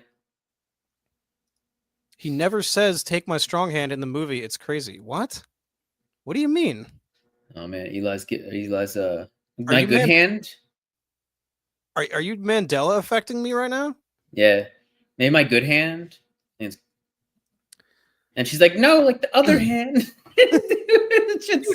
It's David Cross, I think, and he's hanging out the window, and he's like, "This is my good hand. This is my strong hand." That's what does he say then, Eli? I'm so curious. I would have bet everything that he says. Take my strong hand. All right, so let's put a bow on Great Turkey Town Miracle here. Yeah. Is there anything else? We didn't talk about the scene where he goes to the homeless shelter and he like befriends this like poor family. Oh yeah, dude, there's so many fucking random scenes in this movie. Yeah, he just like talks to them for a couple minutes. It's very random. He's like, it's he's like, I guess the point of the scene was to like show him like having like a one-on-one relationship with these people, like almost like putting a face to the people who need the 4,000 turkeys kind of thing, to kind of like make it feel more grounded and kind of give him that one-on-one exposure to these people so that he can like fucking start to care, because he doesn't fucking care in this movie. He never does though. He still doesn't. He still doesn't. He's honestly he didn't want to go to that. He didn't want to go. Yeah, it's baffling. He never says that. Okay, yeah, he says, "Take my little hand." Wow, you've blown my mind, sir. I don't. Why did people take that and run with it? That's interesting. Dude, anyway, yeah. It's just really hard to get across like the end where you really would think that like after everything that's happened, they've established this like visual language of the shots of the truck looking into the empty truck, and then for them not to use that at the end, and then for the truck to open up and there to clearly be many, many, many more turkeys than anybody assumed would be there, and nobody reacts to it, and then they continue to like they don't care. They don't care. They're taking the turkeys out, and the way that it's edited in such a way that the amount never actually diminishes. It's just constant. It's just constantly the same amount of turkeys in there. And it's just baffling. I mean, I honestly would recommend you guys check this movie out. But we're missing tons of stuff. But do not watch it by yourself. Watch it with a friend. Watch it with the whole family. It's fun. It's good for the whole family. It really is. It's trying to be like, it's a step below a Hallmark movie where like you would like, the only people who would watch this are those people who are looking for a Hallmark movie, and they kind of see this and they're like, oh, this is like, this is like competently made and like on that level and has like a wholesome message. It just doesn't. The moral of this movie is that you can be like an incompetent kind of person and just kind of struggle your way through basic things. And as long as you just kind of like half-heartedly pray to God for your to solve your problems, it'll happen. Dude, and like you don't have to do any work yourself. God will take care of it all. Dude, and it's so crazy because it's like they set up a bunch of pieces like the movie gives him opportunities to like learn and grow and then carry that through like the rest of the story. And they don't. He has It's no so arc. strange. He No, has by no the end, character nothing arc. happened. He still does not care. He is the same person at the end as he is in the beginning. And I want to make it very clear to anyone watching that it is not the fact that this is a religious film that is the butt of the joke here. It's just how incompetently they handle that. It almost feels as though they've It's almost appropriated. disrespectful. Yeah. Yeah, it's like they've appropriated religion as like a means to an end to tell this fucking shitty story. And yeah, like I would honestly be like, if this was a movie that was representing something that I believed in, I would be pissed off. Yeah, because they're like, that's not how it works. Because I would be like, dude, this is not representative of like how any of this actually works. So like, I just want to make that very clear as well to anybody watching who might be like religious. It's so not about that. It's just the fact that the movie is so poorly crafted. Dude, like if God is some kind of human-like figure who can watch and be aware of films, if he saw this, he'd be like, fuck, man, like this is not how I operate. Like this isn't my thing. Dude, yeah. No, 100%.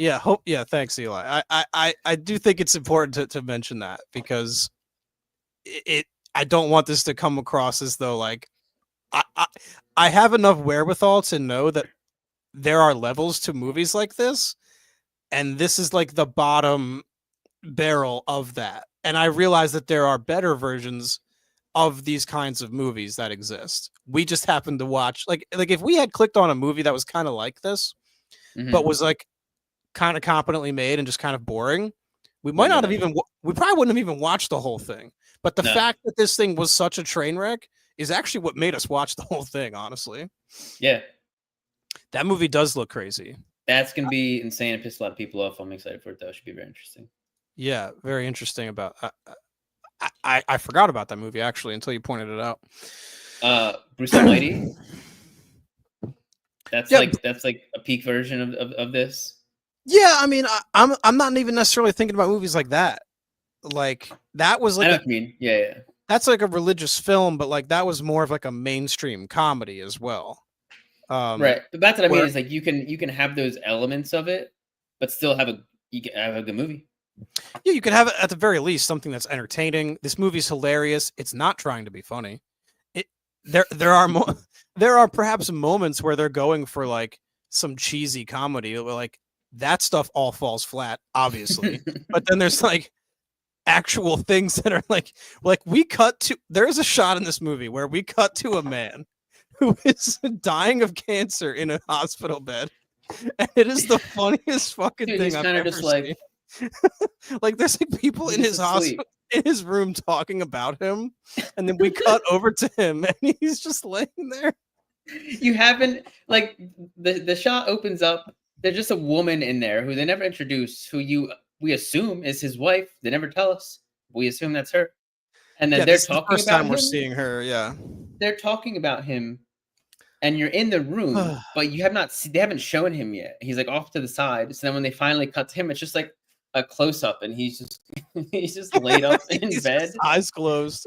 Dude, there's no IV. There's no like heartbeat monitor. Yeah, it's just like the whole production has such a fucking cheap feel to it. Dude, but then they cut back to the conversation, and then they cut back to him again, and now he's awake, and he's just part of the conversation. He's just part of the conversation. He wakes up and just starts talking. Like, oh my god, this movie is it's crazy. And after me and Tyler finished watching this, we were so glad that we did, and I think it's important to watch movies like this every now and then, like every couple years. Just throw on something like this, because I think it enhances your appreciation of like any other movie by like a lot. Because like you go from something like this to something that's even made with a modicum of competency, and it just goes down like a fucking like a Mountain Dew, man. I don't know. It's just it really allows you to appreciate You're like, things. wow. You're like, oh, Dude, like this is like what an actual movie is like. It's crazy. dude, the last 2 movies I watched were that and Thanksgiving. So Oh, dude, you need to watch like a I'm Scorsese due. film. Yeah. You need to We went fucking cleanse your palate, dude. dude, we went and saw Frankenstein, Mm-hmm. watched Dumb Dumb and Dumber, and watched this. Dumb And then and I Dumber. watched Thanks. Oh yeah, watched Dumb and Dumber, and then watched this, and then I watched Thanksgiving. It's a weird, That was your last 4 watched, dude. just yeah. Two arguably very good films. Mm-hmm. 2 not so much movies. But yeah, dude. So these were our, just to recap, our holy trinity of Thanksgiving films. We spanned a good gamut here. We Yeah, I was gonna watched say it's a good, very balanced. we watched like arguably a masterpiece. Well, I really like Planes Trains. I love it. It's a cozy tradition for me. I think that's a big part of why I like it so much. Is it's a thing that I do every year. And then we watched Thanksgiving, which is a movie, and then we watched this, and it was like, which is a movie. and then we watched fucking Great Turkey Town Miracle. So yeah, it's crazy. Like I really still feel like we haven't even scratched the surface of this thing. Like it's really You gotta watch it for yourself. you really have to see it to believe it. It's insane. It's absolutely insane. But it'd be a fun like watch like post Thanksgiving, like just sitting there at night, like mad full, like kind of faded and sleepy. Just put it on with some people and just liable to fall asleep at any time. And it's like, yeah, doesn't matter. It's like totally fine if you do, because like you really don't actually have to watch this movie. I think that's a good. I feel like Christmas horror. We're gonna watch some really good films, most of which, potentially all of which I have not seen. Very excited for that next month. So it's kind of good that we kind of did this now, and then we'll go into some good movies next month. Yeah. So yeah, we're going into Thanksgiving break here next week. So, like we said at the top, wanted to do this a little early so that you guys could, actually not have to like be on your phone watching this during Thanksgiving dinner or something.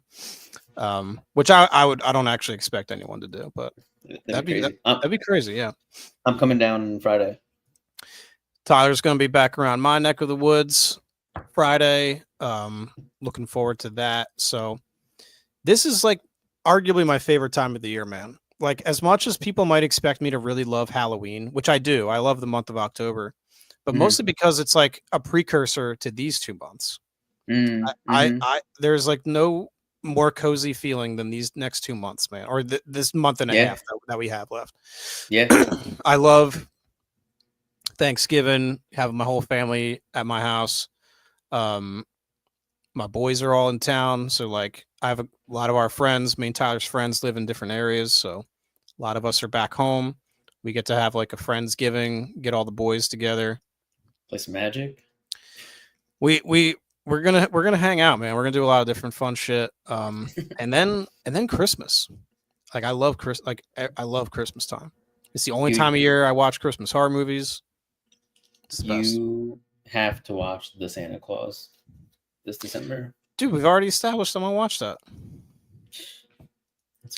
So next month we'll probably only have one more live show. And then probably starting in January we can get back to 2 a month. I think that'll be fine. So we'll probably do this. This was kind of a blend of Talks from the Shelf with 2 dudes. Where we have sort of almost like an assigned viewing homework where we talk about it. That kind of just happened. Yeah. Kind of just happened naturally. But I think it worked out. Dude, Liana, you're so right. Because one thing that I've been trying to do more of is I tend to watch the same Christmas movies every December. I really want to start to try to watch the ones that I haven't seen. Because even though I only watch them once a year, it can start to feel a little boring, like homework almost, like where I'm not as excited to do it. So I definitely will try to watch Dutch before Thanksgiving. I can probably make that happen. Eli, thank you, brother. Definitely don't need to do that, but I appreciate the sentiment for sure. Just put the iPad on the table. Just be like watching. Like, just on Thanksgiving table. Yeah. No, Thanksgiving's the best, man, because it's like after my whole family leaves and like the chaos of the night is over, and it's just me at night. It's like, you know, I'll make a little leftovers. Just a little more just a little bit more. Just a little bit more pie, you know, before bed. Maybe I'm drinking a couple beers, get a nice buzz. I sneak out to the whip, you know, smoke a little weed. It's the best, man. It's just there's the juxtaposition of it versus like, I don't know, for some I contrast it with like the chaos of summertime, and like I just don't get to enjoy a lot of downtime during the other, like some of the other months of the year. So I just really look forward to this as like a time where like I'm off work, I can just kind of decompress and just like enjoy the company of my friends and family. So it's really nice. I'm excited, man. Me too. Yo, my brother. That's what I'm talking about. Yeah. I'm gonna probably do this after we get off this call, man. It's not too late yet. I might be able to watch some of a movie. But yeah, we're coming up on 2 hours, so I think we're gonna be winding down. We had a great turnout tonight. I really want to say thanks to everyone who's here still. Thanks, yo. And everyone who wasn't or was here and is now gone. Shout out to you guys, man. These are great. Yeah, thanks for talking shit with us. The amount of people who stayed and listened to us talk about the Great Turkey Town. Like, Thanksgiving was one thing. But the fact that we went that into this was like, we had a lot of people here hanging out talking with us. So it's fucking hilarious, dude. Really appreciate you guys for hanging out. I love these shows too, because it's like the pre-recorded videos I do, horror movies. I can't talk about Turkey Town Miracle in any other almost any other format. Yeah. So yeah, it's good to get to talk about that here. So but yeah, we're gonna call it for tonight, guys. Thanks again, everybody. I'm starting to lose my voice from laughing so hard. I need to get some fucking water. Dude, my cheeks literally hurt from talking about. Dude, yeah, I literally think I might be losing my voice. All right. Thank you guys so much for being here. Enjoy Thanksgivings. Yes. Have a good Thanksgiving. If you go shopping for Black Friday, be safe on Amazon when you're buying all your stuff. People don't go to fucking stores anymore on Thursday night, right? No. Anyway, guys. Eli, thanks for shouting us out, brother. Appreciate it. Liana, thank you guys. All of you guys are awesome. Enjoy your Thanksgivings, and we'll be back next month, probably sometime early to mid-December, to talk about some Christmas horror movies. I'm making Tyler watch Black Christmas for the first time ever, so I'm excited to talk about that with him. After he hated Halloween, he fucking hated it. No, I'm just kidding, dude. I think of them as kind of akin to one another. Oh, interesting. But you'll see. Okay. We'll talk about it. All right. Good night, everybody. Thank you so much, and we'll talk to you next time. Bye.